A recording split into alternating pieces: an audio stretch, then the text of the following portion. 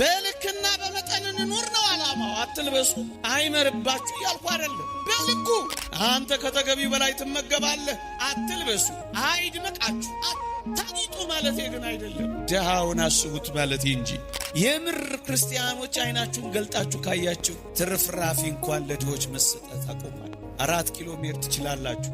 ትርፍራፊ ይቸበቸብና ይሸጥ ጀምሯል። ድሆች በነፃ የሚያገኙት ምንም ነገር ጠፍቷል። የተራረፈ ነገር እንኳን መሸጥ ጀምረናል። አንድ ድሃ በወር ትጎበኛላችሁ። ጸጉሩን የምታብሱለት፣ ረሃቡን የምታስተብሱለት አንድ ምስኪን አላችሁ። አንድ ክርስቶስ አላችሁ አጠገባችሁ። ለጥፍር መሞረጃችን፣ ለዚህ አስደናቂ ዊጋችን አይኑር። እንደዚህ ምንም አይመርባችሁ እኮ። በመጠን አይሆንም፣ በልክ አይሆንም።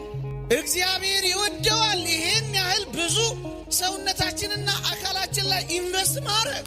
ለድሃ የሚሰጥ ለእግዚአብሔር ያበድራል ነው የሚለው መጽሐፍ ቅዱስ። ለእግዚአብሔር አበዳሪዎቹን እስኪ ስራ ስሩ። የተወደዳችሁ ኦርቶዶክሳውያን ድሆችን ከዋናው ማዕድ ገፈተርናቸው ማለት እኮ ኢየሱስ ክርስቶስን ከዋናው ማዕዳችን ገፍትረ ነው የለምን? እውነት እንነጋገር ከተባለ ድሆች እኔና እናንተ የጋጥነውን አጥንት አይደለም ይበሉት። እጅግ በጣም የሚያሳዝነው እጆቻችንን የጠረግንባቸው የሶፍት ቅልቃዮች አይደሉምን ለክርስቶስ እየቀረቡ ያሉት? እፍታው ነው ለድሆች የሚሰጠው። ክርስቶስ ከዋናው ማዕድ ላይ ተገፍትሯል ያልኳችሁ እኮ ለዚህ ነው። እንደውም በዚች አዲስ አበባ የምር ክርስቲያኖች አይናችሁን ገልጣችሁ ካያችሁ ትርፍራፊ እንኳን ለድሆች መሰጠት አቆሟል። 4 ኪሎ ሜትር ትችላላችሁ። ትርፍራፊ ይቸበቸብና ይሸጥ ጀምሯል። ድሆች በነፃ የሚያገኙት ምንም ነገር ጠፍቷል። የተራረፈ ነገር እንኳን መሸጥ ጀምረናል። ጠግበን ስናበቃ ለድሆች መተው እንኳን አልሆን ብሎን በቴካዌ መሸከፍ ጀምረናል። ምን ነው ጨከን ወገኖቼ? ዓለም የምትጨክነው ሳይበቃ ክርስቲያኖችም ይጨካከናሉ። ዓለም እኮ በዚህ ዘመን ድህነት እየቀፈቀፈች ነው። ድሆችን እያባረረች እኮ ነው። ድሃን እየጠላች እኮ ነው ዓለም። ድሆች ምን ያረጋሉ? ጥቂት ባለጠጎች ምድራችን ላይ ከኖሩ አይበቃም የሚል ርዕዮተ ዓለም እኮ ነው የሚያመጣው። እውነት ክርስቲያኖች በዓላቶቻችን፣ ድግሶቻችን፣ ዝክሮቻችን፣ ተስካሮቻችን እውነት ክርስቶስ አለበት አትብሎ አይደለም። ክርስቶስ ይታሰብበታል። ቤተሰባት ጋብዞ አይደለም። ቅድሚያ ምንም የሌላቸው ዘመዶቻችን ድሆች አይቀርቡ። ድግስ ባደረክ ጊዜ ድሆች፣ ጉንድሾች፣ አንካሶች ጥራ። የሚከፍሉት የሚመልሱት ብድራት የላቸውምና እናስ በጻድቃን ትንሣኤ ይመለስልሃልና ለነሱ ቅድሚያ ስጥ ነው። የፊት ወንበሩን ከክርስቶስ ነጥቃናል። እንካ በንካ ነው። ለጠሩን ነው ምንጠራው፣ ለጋበዙን ነው ምንጋብዘው። ማኪያቶ ለከፈሉልን ነው ወተት ምንግተው። እንካ በንካ ሆኗል ነገሩ። የክርስትና ዘሩ ተቀይሯል። እንደውም ቅዱስ ዮሐንስ አፈወርቅ እንዲህ ይላል፣ በሞቴ ልብ ብላችሁ ስሙኝ። ትምህርት አጥቶ እንደ ይሄን የሚያስተምረው? ከዚህ በላይ ትምህርት አለ መሰለ መጽሐፍ ቅዱስ ውስጥ? ሌላው ማጀቢያ ነው። እኛ የዳን ነው በስጦታ ነው። የተወደደ እግዚአብሔር ልጁን ሰጥቶ፣ የተወደደ ልጁ ራሱን ሰጥቶ በስጦታ እኮ የዳን ነው። ደግሞስ ኋላ የምንድነው በምንድን ነው ካላችሁኝ፣ እመኑኝ በስጦታ ነው የምንድነው። በስጦታ ዳን፣ በስጦታ እንድናለን። በመከራ አዳነን፣ በመከራ እንድናለን። በመስቀል አዳነን፣ መስቀል ተሸክመን እንድናለን። በጠበበ ክርስቲያናዊ ሕይወት እንድናለን። ለሱ ነው መዳን። ብራ ብጠማ ብታረዝ ያለው በስጦታ እኮ ስለምንድን ነው ወገኖቼ። ወንጌል ማለት ይሄ ነው። ዝም ብዬ ኢየሱስ ኢየሱስ እንድልላ አትጠብቅ። ወንጌል ተግባራዊ ወንጌል ይሄ ነው። ክርስቶስ የሰራው ይሄ ነው። ተመላልሶ የፈጸመው ይሄንን ነው። ድሆችን እኛን አሰበን ባለጸጋ አደረገን። በጥም የተቃጠለውን የዘላለም ውሃ ሆነን አረካን። በረሃብ ጠብልገን ነበር፣ ስጋውን ሰጠን አጠገበን። ከቤታችን ተሰደን ነበር፣ ከቤቱ ተሰደደ መጣና ወደ ስደት ቤታችን መለሰን። ስጦታ ማለት ይሄ ነው። ወንጌል ማለት ይሄ ነው። እና ቅዱስ ዮሐንስ አፈወርቅ እንዲህ ይላል፣ አንተ ከተገቢው በላይ ትመገባለህ። ክርስቶስ የሚያስፈልገውን እንኳን አልበላም። እመኑኝ፣ ጨርሲ ተባብለን ሆዳችን እስኪታመም እየበላን ነው ምንተኛው። ከተገቢው በላይ እንበላለን። በጣም ብዙ እንደዚህ አይነት ጸበል ቤት የሚኖሩ አስታዋሽ የሌላቸው እህቶችና ወንድሞች ያውቃለሁ። ምግብ ከበላው 3 ቀን ሆኖኛል የሚሉ ብዙ ክርስቲያኖችን ትሰማላችሁ። ወንጌል አውደ ምሕረት ላይ መሰብሰብ ብቻ ነው። አንዳንዴ እኮ ይደንቃል። በጣም ብዙ ሚሊዮኖች ለጉባኤያት ይፈሳሉ። ጥቂት ብሮች ደሃን ማሰብ አይቻሉም። አንዳንዴ ቅምጥልነት ያበዛንም ይመስላል። አንተ ከተገቢው በላይ ትመገባለህ። አትልበሱ፣ አይድመቃችሁ፣ አታጊጡ ማለቴ ግን አይደለም። ደሃውን አስቡት ማለቴ እንጂ።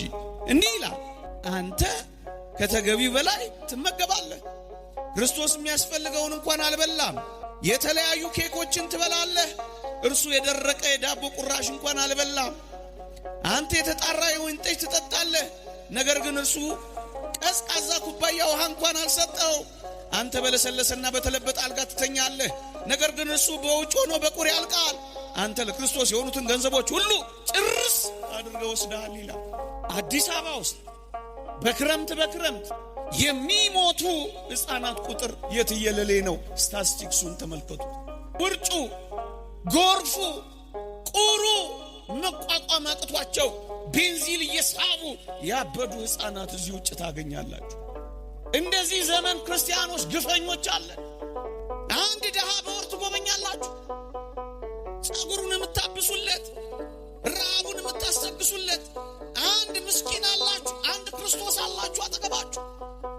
ለልጃችሁ ብቻ ከምታስቡ ጨመር አድርጋችሁ ለአንድ ደሃ ታስባላችሁ። ለምድረ ቤንዚል የምትስበው አልኩት። አንድ ቀን በርዶኛል እንዲሞቀኝ ብዬ ነው። ለብርድ ብለው ይጀምሩታል። አኮራምቶ ግን ጥሏቸዋል። በቃ ቱቦ መንገድ ሲሰራ እኔ ዛሬ 10 ዓመት አንድ ምስኪን ጠይቄዋለሁ።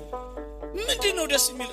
በክረምት መንገድ ሲቆፈር አቤት ደስ እንደሚለኝ አለ። እንዴ አንተ ደግሞ ከመንገድ ጋር ምን አገናኘ አልኩት። መሐንዲስ አይደለ እንዴ? አላወቅም ጋሼ። ቱቦ እኮ ይመጣል እና ቱቦስ ማደሪያ ይሆነናል። ቀላል መስሏል። እንዴ ቀና ስንል ፍሎሮ ላይ ከላይ ዶፍ ከስር ጎርፍ እየወረደበት ነው ለካ የሚሞተው። ቱቦ ሲቀመጥ ግን ትንሽ ቀን እናገኛለን፣ ክረምቱን እናልፋለን አለ። አንተ ግን ብዙ ሰርቪስ ቤት ድር ያደራዋለ። ረግፍ ነው። አንድ ነው ትጎበኝ። በቃ ብዙ እኮ አይደለም፣ ጥቂት እንደው የእውነት ማውገዜ አይደለም፣ ፍርደኛ መሆኔ አይደለም። አማረብኝ ብዬ መድረክ ስላገኘው አንዳንዶችን ማሳፈር ፈልጌ አይደለም። እግዚአብሔር ያውቀዋል። የኛ መኪና አቡጀዲ ልብስ አላት። ልብስ የሌለው ሰው ስንት ነው? ቁም ሳጥናችን በቅያሪ ልብስ ተጨናንቋል። ለክርስቲያን እንደሚገባ በመጠን መኖር አቅቶን በጣም ተሽከርካሪዎችና ጌጠኞች ሆነናል። አንድ ምስኪን ድሃ ግን በጥቂት ዓመታት እንኳን አንድ ልብስ አያገኝ። ምናልባትም ዕቃ ሳይጠፋ ልብሳችንን ዕቃ ጠፍቶ ቢሆን እንኳን እሺ፣ ዕቃ ሳይጠፋ እንኳን ልዋጭ ለመቀየር ያስቀመጥናቸው ስንት ናቸው? መስጠት አልሆንልን አለ። መያዝ ብቻ ሆነ። መቅደሱ ተረስቷል። ድሃው ፀሐይና ብርድ ይፈራረቅበታል። እኛ ሞዴል ብራንድ ይፈራረቅ። ሰው ብርድ ልብስ አጥቷል፣ እኛ በብራንድ ተጨናንቀናል። ድሃው አልተረሳም፣ መቅደሱ አልተረሳም፣ ምስኪኑ አልተተወም። ድሃው ከዋናው ማዕድ ላይ ተገፍትሯል። እኛ በአንድ ማዕድ እንኳን ሳይቀር 3 ዲሾች ተክለናል። ስታርተር፣ ሜን ዲሽ፣ እዛ ደግሞ ሶስተኛው ምንድነው? ስታርተር ይባላል፣ የሆነ ነገር ይባላል። ከዛስ ሜን ዲሽ ይባላል። ከዛስ ዴዘርት ይባላል። ዲዛስተር ነው፣ ዴዘርት ነው፣ ዲዘርት ነው። 3 ቀን አይበላ። እኛ በአንድ ዲሽ 3 ምግብ አትብሉ እያልኩ እኮ አይደለም። ምን አለ አንዱን ለድሃው ትሰጡት እኮ። የታለች ወንጌል? የታለች ክርስትና? የታለ ድሃውን ማሰብ? የታለ ምስኪኑን ማሰብ? ምእመናን እንደ ሊቅ ይላል ክርስቶስ በረሃብ ምክንያት በሞት ከተቃረበ ይላል በጌጣጌጥ ያሸበረቀው ማንነት ላንተ ምንድነው ይላል። ክርስቶስ እኮ በረሃብ ምክንያት ለሞት ተቃርቧል። ያውም በዚህ ዘመን ኑሮ በአስቸጋሪ ሁኔታ በተወደደበት ምን በላ ምን ጠጣ ያለ ሰው በሚያስብበት እንኳን ያለው እንኳን የሌለው ያለው እንኳን እንዴት ቀን እንደሚገፋ በተጨነቀበት ኑሮ አስማትና ተአምር በሆነበት ዙሩን ማክረር እንጂ ማቅለል ለዓለማችን ባልሆነበት በዚህ ዘመን እንደ ክርስቲያኖች ሊተሳሰብ የሚገባ ይኖር ይሆን? ብዙዎች ተስፋ እየቆረጡ በጣም ብዙዎች ተስፋ እየቆረጡ ታዲያ የረሳናቸው እንተዋወሳ። የዚህ ትምህርት ዓላማ እሱ ብቻ ሌላ አይደለም። እንድንጎራረስ በጥንቷ ቤተክርስቲያን ታሪክ ልንገራችሁ። በዕለተ ሰንበት ሁል ጊዜ የገንዘብ ማዋጣት ይደረግ ነበር በዕለተ ሰንበት።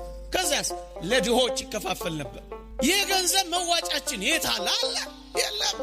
እስኪ ሰብሰብ በሉና ምንጣፍ የምታነጥፉ ሰዎች አሁን ይቀየርና ምንጣፉ ይኑር፣ ግን ደግሞ ሐሳባችን ቀየር ብለን ለዚህ ለምስኪን ድሃ ጎዝጉዙለት እንዲበላ የሚራቡትን በቤት ቁጥር አውጥታችሁ እስኪ ሰብሰብ ብላችሁ ልባም እናቶች ትንንሽ አገልግል እያያዛችሁ እስኪ ተጎራረሱ።